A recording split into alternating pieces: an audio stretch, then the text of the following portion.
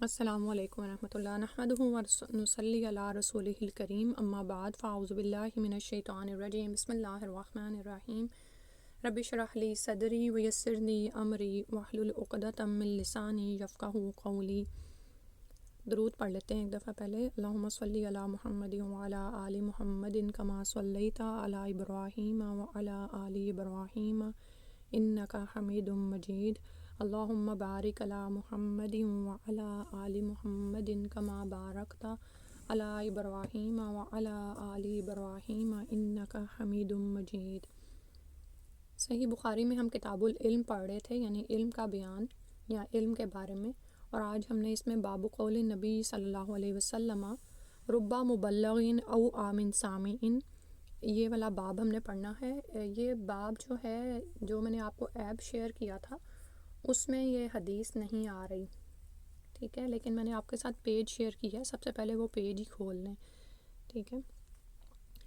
حضرت صلی اللہ علیہ وسلم کا یہ فرمانا کہ اکثر ایسا ہوتا ہے کہ جس کو میرا کلام پہنچایا جائے وہ اس سے زیادہ یاد رکھنے والا ہوتا ہے جس نے مجھ سے سنا۔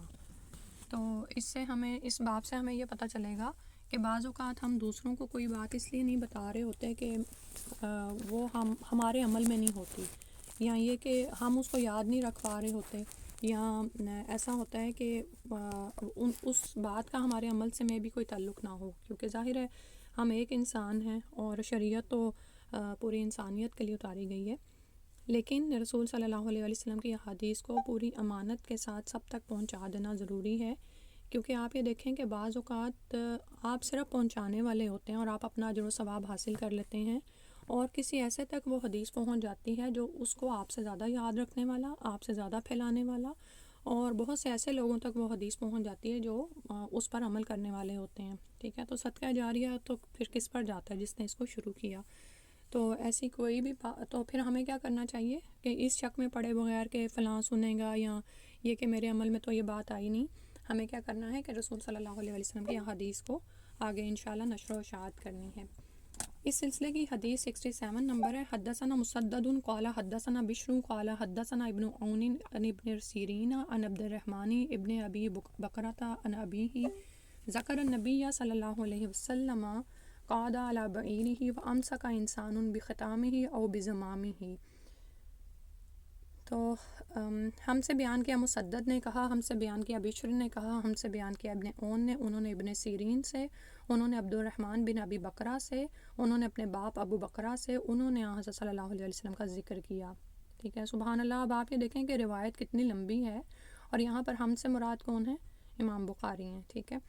تو نبی صلی اللہ علیہ وسلم کا ذکر کیا کہ آپ صلی اللہ علیہ وسلم اونٹ پر بیٹھے تھے منی میں 10ویں ذی الحجہ کو، یعنی یہ کس طرح پتہ چلتا ہے کہ وہ وہاں پر تاریخ کیا تھی وہ انہوں نے بریکٹ میں شو کر دی ہے۔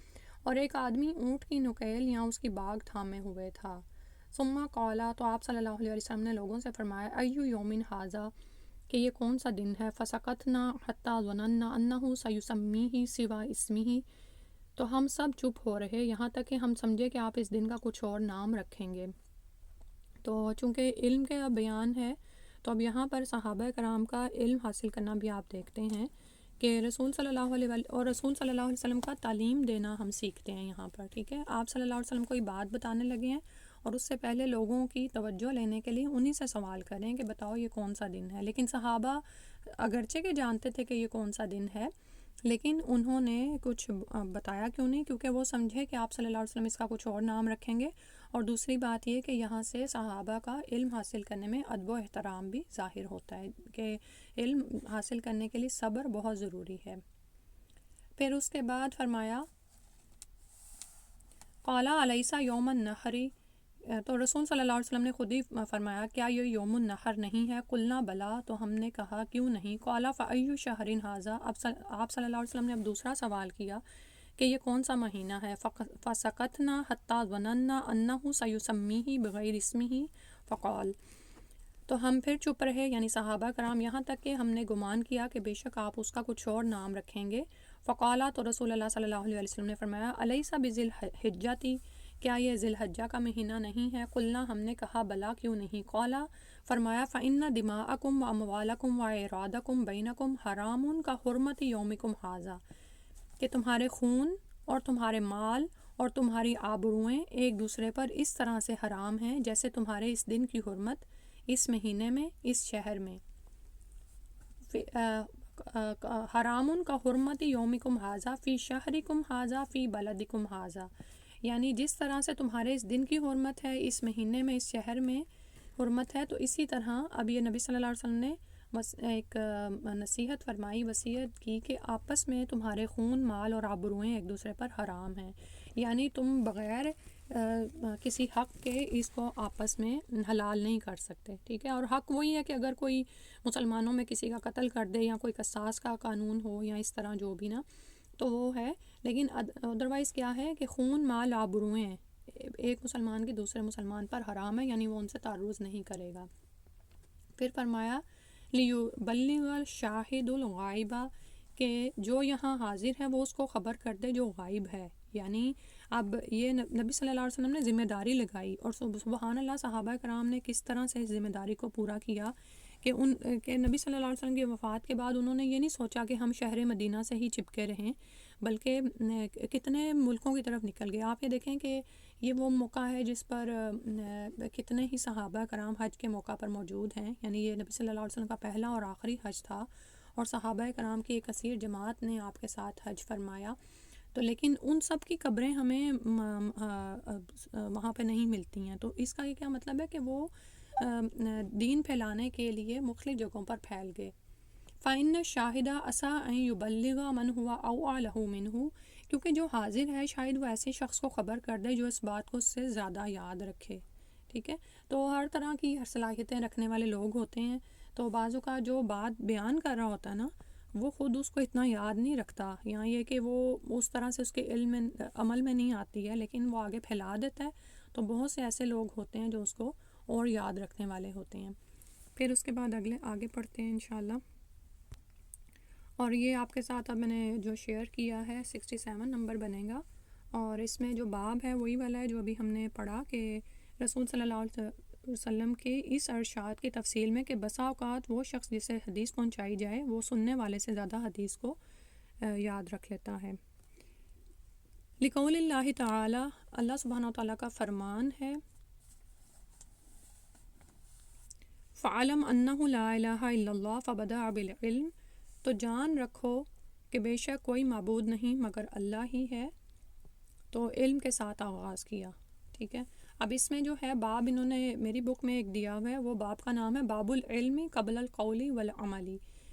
باب کس چیز کا ہے کہ علم مقدم ہے قول اور عمل پر، ٹھیک ہے۔ مطلب یہ ہے کہ کوئی بات کرنے سے پہلے یا کوئی عمل کرنے سے پہلے آپ کو علم حاصل کرنا ضروری ہے، ٹھیک ہے، کیونکہ بات پیچھے سے ہم یہی پڑھ رہے ہیں نا، سب سے پہلے ہم نے کتاب الوحی پڑھا، اس کے بعد کتاب الایمان، اور پھر کتاب العلم پر آئے ہیں، ٹھیک ہے۔ وحی کے ذریعے ہمیں بتایا گیا کہ دنیا میں آنے کا مقصد کیا ہے، اور ایمان لانا ہے تو کامیابی حاصل کرنی ہے۔ اب ایمان لا کر اور اعمال صالح کرنے ہیں، تو کون سے اعمال ہیں جو کرنے ہیں، اور اعمال کی ایمان ہی کی بنیاد کیا ہے، یہ بھی ہمیں کہاں سے پتہ چلے گا؟ علم کے ذریعے سے، ٹھیک ہے۔ تو علم مقدم ہے قول اور عمل پر، اور اس میں انہوں نے یہی والا جو آیت لائے ہیں، لقول اللہ تعالی فعلم انہ لا الہ الا اللہ فبدأ بالعلم، کہ اللہ سبحانہ تعالیٰ نے سورہ محمد میں فرمایا تو جان رکھ کہ اللہ کے سوا کوئی سچا معبود نہیں، اللہ نے پہلے علم کو پہلے بیان کیا، ٹھیک ہے۔ اور پھر آگے حدیث کا تھوڑا سا ایک حوالہ دیا انہوں نے کہ وَأَنَّ الْعُلَمَاءَ هُمْ وَرَثَةُ الْأَنْبِيَاءِ وَرَّثُوا الْعِلْمَ، حدیث میں ہے کہ عالم لوگ ہی پیغمبروں کے وارث ہیں، پیغمبروں نے علم کا ترکہ چھوڑا، من اخذہ اخذ بحظ وافر، تو جس نے علم حاصل کیا اس نے پورا حصہ لیا، سبحان اللہ۔ اور ایک اور حدیث میں وہ بھی یہاں پر بیان کی انہوں نے، ومن سلک طریقا یطلب به علما سہل اللہ له طریقا الی الجنہ، کہ جو کوئی علم حاصل کرنے کے لیے راستہ چلے تو اللہ تعالیٰ اس کے لیے جنت کا راستہ آسان کر دے گا، سبحان اللہ۔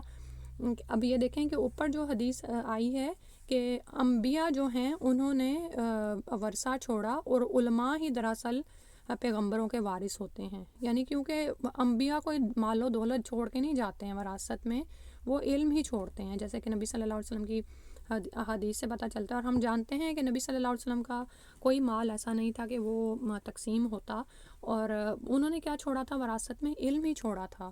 تو جو لوگ اس علم کو لینے والے ہوتے ہیں وہی دراصل انبیاء کے وارث ہوتے ہیں۔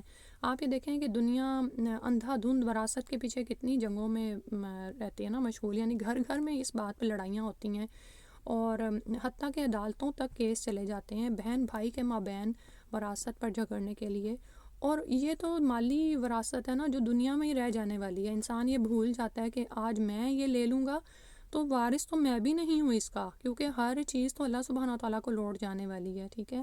اور جو وراثت بہترین ہے، جس نے ہمارے کام آنا ہے، جس کے لیے فرمایا من سلک طریقا یطلب بہ علما سہل اللہ لہ طریقا الی الجنہ، وہ وراثت ہم لینے کی کوشش ہی نہیں کرتے۔ ہم جیسے ہم خواتین ہی ہیں، آپ یہ دیکھیں کہ ہم ایک پرٹیکولر ڈگری حاصل کر لیتی ہیں اور اس کے بعد شادی ہو گئی اور کتابیں کہاں گئی ہمیں یاد ہی نہیں، دین کی تو دور رہا، دنیا کا علم بھی جو بڑے شوق کے ساتھ ڈگریز لے لے کے سیکھا ہوتا ہے اس کو بھی ہم کسی فائدے میں نہیں لاتی ہیں، وہ بھی کہیں نہ کہیں پڑا رہ جاتا ہے، الا یہ کہ کوئی کسی کو جاب کرنی پڑ گئی ہے یا کوئی اور۔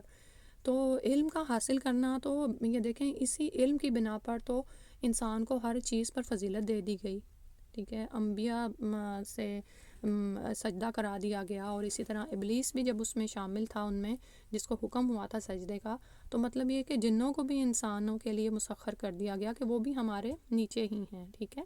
یعنی انسان کو سب فضیلت دی گئی اس علم کی بنا پر ہی۔ وقال جل ذکرہ، اور اللہ سبحانہ تعالیٰ نے فرمایا انما یخشی اللہ من عبادہ العلماء، کہ خدا سے اس کے وہی بندے ڈرتے ہیں جو عالم ہیں، ٹھیک ہے۔ زیادہ ڈر بھی اس اللہ کی خشیت اور ڈر بھی اسی کے اندر ہوگا نا جس کو اللہ کی معرفت ہوگی، جو علم حاصل کرنے والا ہوگا۔ علم بھی کس چیز کا؟ وحی الہی کا، اللہ کی معرفت حاصل کرنا۔ اور پھر یہ کہ ایمان کے ارکان کیا ہیں، آپ یہ دیکھیں کہ جتنا جتنا انسان کے اندر یقین اور ایمان آتا جاتا ہے علم سیکھنے کے ساتھ ساتھ، تو اتنا ہی اس کے اندر اللہ کی خشیت آتی چلی جاتی ہے، ٹھیک ہے۔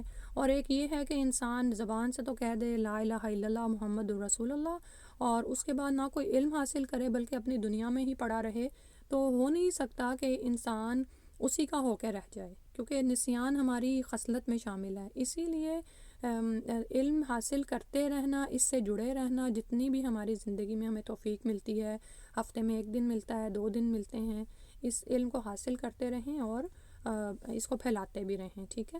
کیونکہ پھیلانے سے ہی کیا ہوتا ہے کہ یہ زیادہ ہوتا ہے اور آپ کو ہی فائدہ دیتا ہے، پلٹ کے فائدہ آپ کے پاس ہی آتا ہے۔ وقالا، اور فرمایا، اچھا اس سے پہلے جو آئی ہے نا کہ اللہ سے اس کے وہی بندے ڈرتے ہیں جو عالم ہے، یہ سورہ فاطر میں ہے۔ سورہ عنکبوت میں فرمایا وما یعقلها الا العالمون، اور نہیں سمجھتے اس کو، یعنی ان مثالوں کو کون سمجھتے ہیں؟ جو علم والے ہیں۔ پھر فرمایا سورہ الملک میں، آپ جیسے اگر رات کو پڑھتے ہیں تو وہاں پر کیا آتا ہے وقالوا لو كنا نسمع او نعقل ما كنا في اصحاب السعیر، کہ وہ دوزخی کہیں گے کہ اگر ہم پیغمبروں کی بات سنتے یا عقل رکھتے ہوتے تو آج دوزخیوں میں نہ ہوتے، یعنی دوزخ والوں میں، آگ والوں میں شامل نہ ہوتے، ٹھیک ہے۔ تو یہاں پر ان کی حسرت کیا ہوگی دوزخ والوں کی بھی، لو کننا نسمع و نعقل، یہ جو سننا ہے اور عقل کرنا ہے یہ ہمیں علم حاصل کرنے کے ذرائع ہیں نا، ٹھیک ہے۔ یعنی کہ آنکھوں سے ہم دیکھتے ہیں، کانوں سے سنتے ہیں، دل سے غور و فکر کرتے ہیں، عقل کرتے ہیں، اور پھر اپنے لیے کوئی رشد بھلائی ہدایت پا لیتے ہیں۔ لیکن جو شخص اللہ سبحانہ تعالیٰ کے ان عطا کردہ ذرائع کو استعمال ہی نہیں کر رہا دین کو حاصل کرنے میں، اس کا پھر یہ حال ہے کہ وہاں پر جب حسرت زدہ ہوگا تو کہے گا لو کننا نسمع و نعقل ما کننا فی اصحاب السعیر۔ اللہ سبحانہ تعالیٰ ہم پر رحم فرما دے۔ وقالا، اور فرمایا هل يستوي الذين يعلمون والذين لا يعلمون، اور سورہ زمر میں آتا ہے کہ اے پیغمبر کہہ دیجئے کہ کیا جاننے والے اور نہ جاننے والے دونوں برابر ہیں؟ یعنی ایسا ہو سکتا ہے کہ علم والے اور علم نہ رکھنے والے برابر ہو جائیں۔ وقال النبی صلی اللہ علیہ وسلم، اور رسول اللہ صلی اللہ علیہ وسلم نے فرمایا من یرید اللہ بہ خیرا یفقہہ فی الدین وانما العلم بالتعلم، کہ نبی صلی اللہ علیہ وسلم نے فرمایا کہ اللہ جس کو بھلائی دینا چاہتا ہے اس کو دین کی سمجھ دیتا ہے۔ سبحان اللہ، یعنی ہم بھلائیاں کہاں پر تلاش کرتے ہیں؟ دنیا کی ڈگریز میں، کہ جتنی بڑی ڈگری ہوگی اتنی ہی بڑی اچھی جاب ملے گی اور اتنے ہی ڈالرز کمانے کا موقع ملے گا۔ اللہ سبحانہ و تعالیٰ فرما رہے ہیں کہ کہ اللہ سبحانہ و تعالیٰ جس کے ساتھ یعنی کہ بھلائی کا ارادہ کر لیتے ہیں تو اس کو علم کی سمجھ دے دیتے ہیں، یعنی دین کی سمجھ عطا فرما دیتے ہیں۔ اللہ تعالیٰ نے، یہ نبی صلی اللہ علیہ وسلم کا فرمان ہے، حدیث ہے۔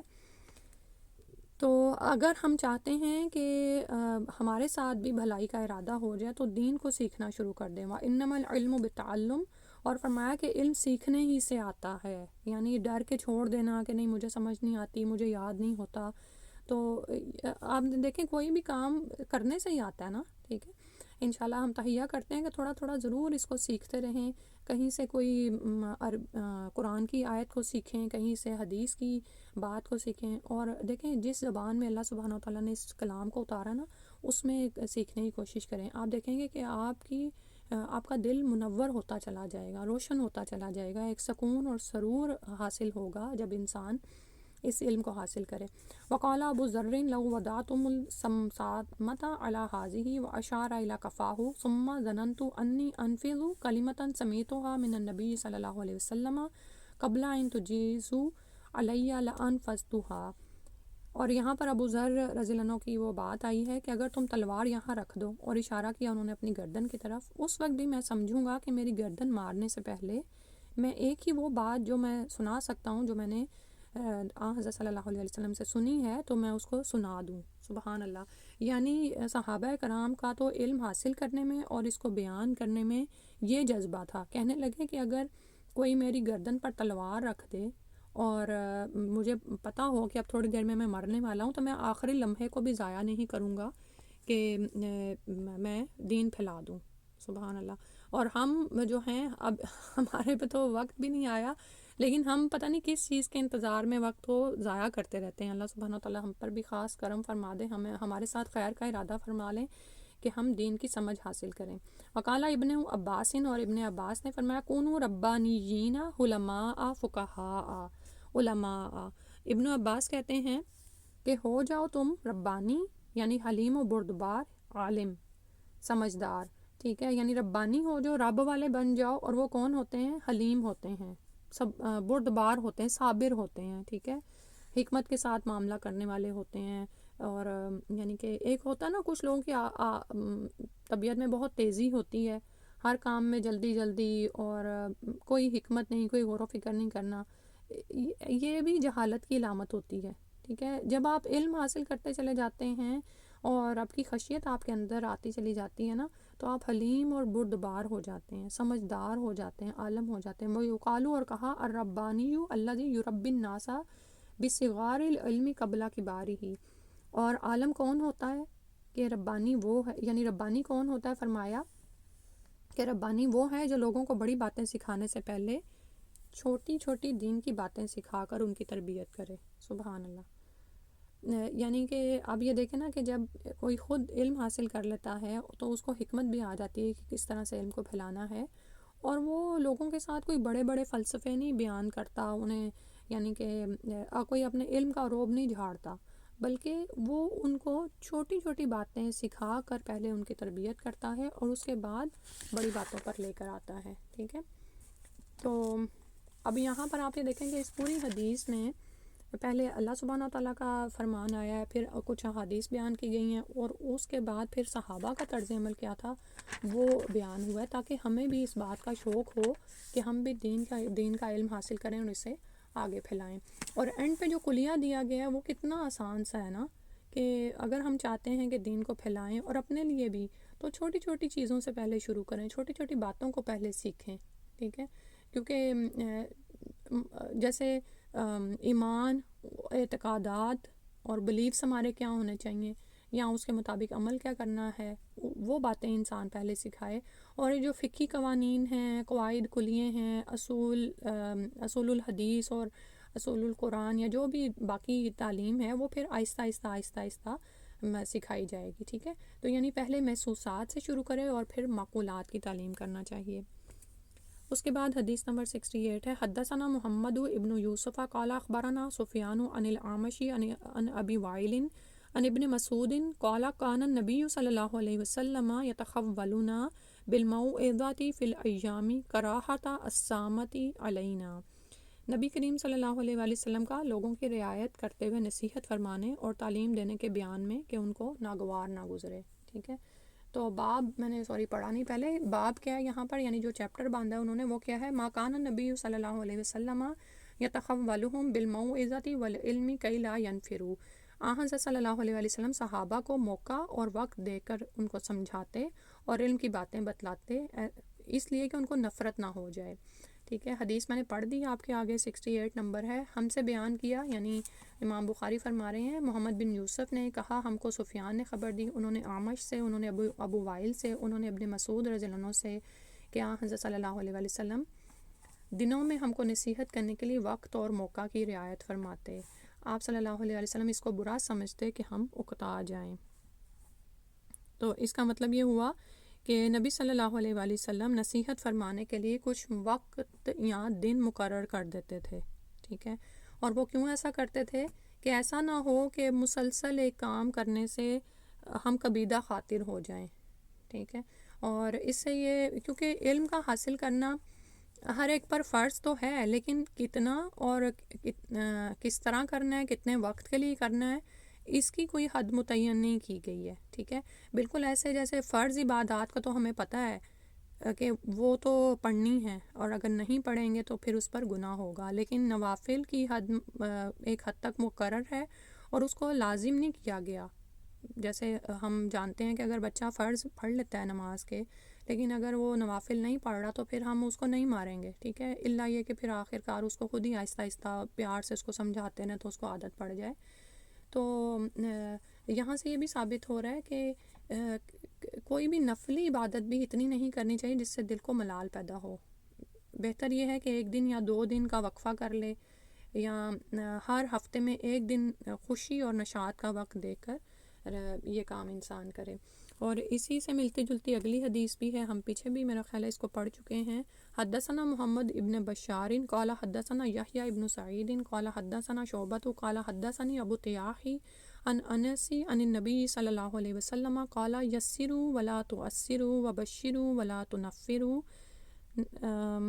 ہم سے محمد بن بشار نے بیان کیا، ان سے یحییٰ بن سعید نے، ان سے شعبہ نے، ان سے ابو طیاح نے، انہوں نے انس بن مالک رضی اللہ عنہ سے نقل کیا. وہ رسول اللہ صلی اللہ علیہ وآلہ وسلم سے روایت کرتے ہیں کہ آپ صلی اللہ علیہ وآلہ وسلم نے فرمایا، آسانی کرو اور سختی نہ کرو، اور خوش کرو اور نفرت نہ دلاؤ. ٹھیک ہے، تو اس سے یہ پتہ چلتا ہے کہ ہمارا بھی تعلیم دینے کا طریقہ کیا ہوگا. اور زیادہ تر تو ہم پر اپنے جو ہے نا بچے ہی ہوتے ہیں ہمارے سامنے، یا پھر طالب علم ہوتے ہیں، اگر آپ کسی اسکول میں پڑھاتے ہیں یا کہیں پہ بھی آپ جاتے ہیں، تو ہر ایک کے ساتھ بھی یہی معاملہ کرنا چاہیے کہ آسانیاں کرو اور مشکلات پیدا نہ کرو، اور خوشخبریاں دلاؤ، نفرت نہ دلاؤ. ٹھیک ہے، تو اسی حدیث پہ ہم اختتام کرتے ہیں. اور آپ یہ دیکھیں کہ بعض اوقات کچھ مائیں شکایت کرتی ہیں کہ بچے بات نہیں سنتے ہیں. ٹھیک ہے، لیکن وہ یہ نہیں دیکھتی کہ ان کا اپنا رویہ بچوں کے ساتھ کیسے ہوتا ہے، کیوں بچے ان سے باغی ہیں، کیوں ماں کوئی بات کہتی ہے اور وہ جھٹ سے انکار کر دیتے ہیں، یہاں یا وہاں سے کان دبا کر بھاگ جاتے ہیں. تو اس میں ہمیں اپنا طریقہ دیکھنا چاہیے کہ ہم کیا کر رہے ہوتے ہیں. بعض اوقات ہم میں سے کچھ لوگ نئے نئے دین کی طرف آئے ہوتے ہیں، تو وہ خود تو یہ کام کر رہے ہوتے ہیں، لیکن اب وہ چاہتے ہیں کہ ساری دنیا ان کے ایک اشارے پر سدھر جائے. بچے ہیں تو وہ ان کی ایک پکار پہ ٹھیک ہو جائیں، ایسا ہوتا نہیں ہے. ٹھیک ہے، لوگوں کو ان کی رعایت دینی پڑتی ہے، ان کے جذبات کے مطابق، ان کی دل کی خوشی کے ساتھ ان کو پھر تعلیم دینی پڑتی ہے. ٹھیک ہے، حکمت کے ساتھ. اور یہ حکمت بھی اللہ سبحانہ وتعالیٰ آہستہ آہستہ سکھا دیتے ہیں. جیسے پیچھے ہم نے پڑھا ہے کہ علم سیکھنے سے ہی آتا ہے، تو اسی طرح آہستہ آہستہ ہم اپنے آپ کی تربیت کریں. بچوں کی تربیت تو بعد میں ہوگی نا، پہلے تو ہم اپنی تربیت کریں کہ بچے کو کس وقت اور کتنا بتانا ہے. بعض اوقات یہ ہوتا ہے کہ مائیں ایک کمانڈ کے ساتھ 10 باتیں ان کو دے رہی ہوتی ہیں، حالانکہ اب آپ یہ دیکھیں کہ یہاں پر آپ پبلک سکولز میں کام کریں، وہاں پہ پتہ چلتا ہے آپ کو کہ بھئی ایک وقت میں ایک کمانڈ دیں، یہاں تک کہ آپ کو پتہ چل جائے کہ بچہ 2 کمانڈز کو لینے کے قابل ہو چکا ہے. میں اتنی حیران ہوئی نا، کیونکہ وہ ہمارا ایک مائنڈ سیٹ جو ہے دیسی پیٹرن پہ چل رہا ہوتا ہے کہ بس دے دو، بچہ کام نہیں کرے تو اس کو مارو. ٹھیک ہے، تو یہاں پر پھر جب پتہ ہے کہ آپ نے ہاتھ بھی نہیں اٹھانا، پھر بندہ وہ ٹیکنیک سیکھتا ہے جس کے ذریعے سے بچے کے اندر ان بلڈ وہ بات پیدا کر دی جائے کہ وہ آپ کی بات سنیں. ٹھیک ہے، اس کے لیے آپ کو بچے کو سمجھنا پڑے گا، اس کے موڈ کو دیکھنا پڑے گا کہ وہ کس وقت لینے کے لیے تیار ہے. اور بہت زیادہ چیز بچے نہیں لیتے ہیں، وہ زوم آؤٹ کر جاتے ہیں، وہ بات سنتے نہیں ہیں. آپ کو لگ رہا ہوتا ہے وہ سامنے آپ کے بیٹھے ہوئے، وہ آپ کی بات نہیں لے رہے ہیں. وہ جب نہیں لے رہے ہیں تو پھر وہ عمل بھی نہیں کریں گے. تو یہ اتنا حساس معاملہ ہے. اللہ سبحانہ و تعالیٰ ہم سے یہ کرا دے کہ ہم بچوں کی اچھی تربیت کریں، اور جن کے ساتھ، صرف بچوں کی ہی نہیں، جن کے ساتھ بھی ہمارا سابقہ پڑتا ہے، ہم ان کی اچھی تربیت کرنے کے قابل ہو جائیں اور ان کو دین سے باغی نہ کریں. اسی طرح قرآن پڑھانے کا معاملہ ہے، قرآن کو سمجھانے کا معاملہ ہے. عموماً جو ہیں مائیں یا بڑے شکایت کر رہے ہوتے ہیں کہ بچے لیتے نہیں ہیں.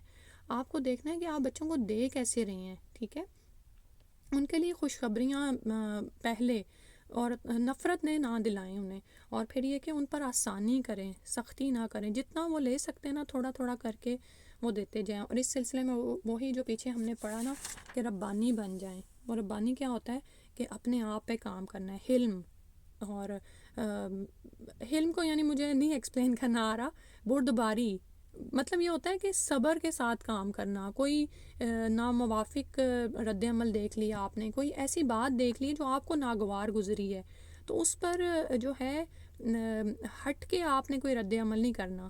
ٹھیک ہے، بچے نے بات نہیں سنی، الٹا کوئی برتن توڑ دیا، کوئی آگے سے تقریبی کارروائی کی. امائیں کیا ہوتا ہے بعض اوقات غصے میں آ جائیں گی، اس کو تھپڑ جاڑ دیں گی، اور وہ اپنے ہی ایک فیز میں ہوتا ہے، اس کو نہیں سمجھ آتی میرے ساتھ یہ کیا ہو رہا ہے. بعض اوقات تو بچوں کو یہ بھی نہیں پتہ چلتا کہ ہمیں مارا کیوں گیا ہے یا ہمیں ڈانٹا کیوں گیا ہے. یہ صورتحال ہوتی ہیں. یعنی کہنے کا مطلب یہ ہے کہ ہم بچوں کے ساتھ کیسا معاملہ کر رہے ہوتے ہیں، یہ بعض اوقات دیکھنے میں آتا ہے. بہت چھوٹے بچوں کی بعض اوقات مائیں پٹائی کر رہی ہوتی ہیں. تو یہ بھی کیا علامت ہے اسی بات کی کہ ابھی اندر سے جہالت نکالنے کی ضرورت ہے. ہمیں ربانی بننا ہے، اپنے اندر بردباری لے کر آنی ہے، اور یہ آتی ہے علم حاصل کرتے رہنے سے اور سکھاتے رہنے سے. اللہ سبحانہ تعالیٰ ہمارا حامی و ناصر ہو. اور پھر یہ کہ یہ معاملہ نا بڑا ہی ضروری ہے. یعنی اس کو آپ اوائڈ نہیں کر سکتے کہ ہاں میرے بچے ہیں، میں جو مرضی کروں، کوئی مجھے کیا کہنے والا ہوتا ہے. یہ ہمارے پاس امانتیں ہیں اللہ کی دی ہوئی. کیونکہ ابھی جیسے ہم نے وراثت کے بارے میں پڑھا کہ لوگ مالی وراثت میں لڑتے رہتے ہیں. ہر چیز تو اللہ ہی کی طرف لوٹ کر جانے والی ہے. ہم تو یہاں پر کسی بھی چیز کے مالک نہیں ہیں، حتیٰ کہ اپنے بچوں کے، اپنے خامند کے، اپنے ارد گرد کی چیزوں کے. یہ سب چیزیں، یہ سب انسان جو بھی ہماری زندگی میں ہمارے سرکل کو ٹچ کرتے ہیں، یہ سب ہم پر ایمانتے ہیں. ہم نے ان کے ساتھ کیسا سلوک کیا، ان کے ساتھ کیسا برتاؤ رکھا، چیزوں کو کیسے ڈیل کیا، کیا کیا دنیا میں، اس سب کا ہم سے حساب لیا جانا ہے. اللہ سبحانہ تعالیٰ ہمیں باشعور مومن بنا دے. آمین یا رب العالمین. اتنا ہی پڑھتے ہیں. اللہ سبحانہ تعالیٰ اس کو سمجھنے کی توفیق عطا فرما دیں. سبحانک اللہم و بحمدک، اشہد ان لا الہ الا انت، استغفرک و اتوب الیک. السلام علیکم ورحمۃ اللہ.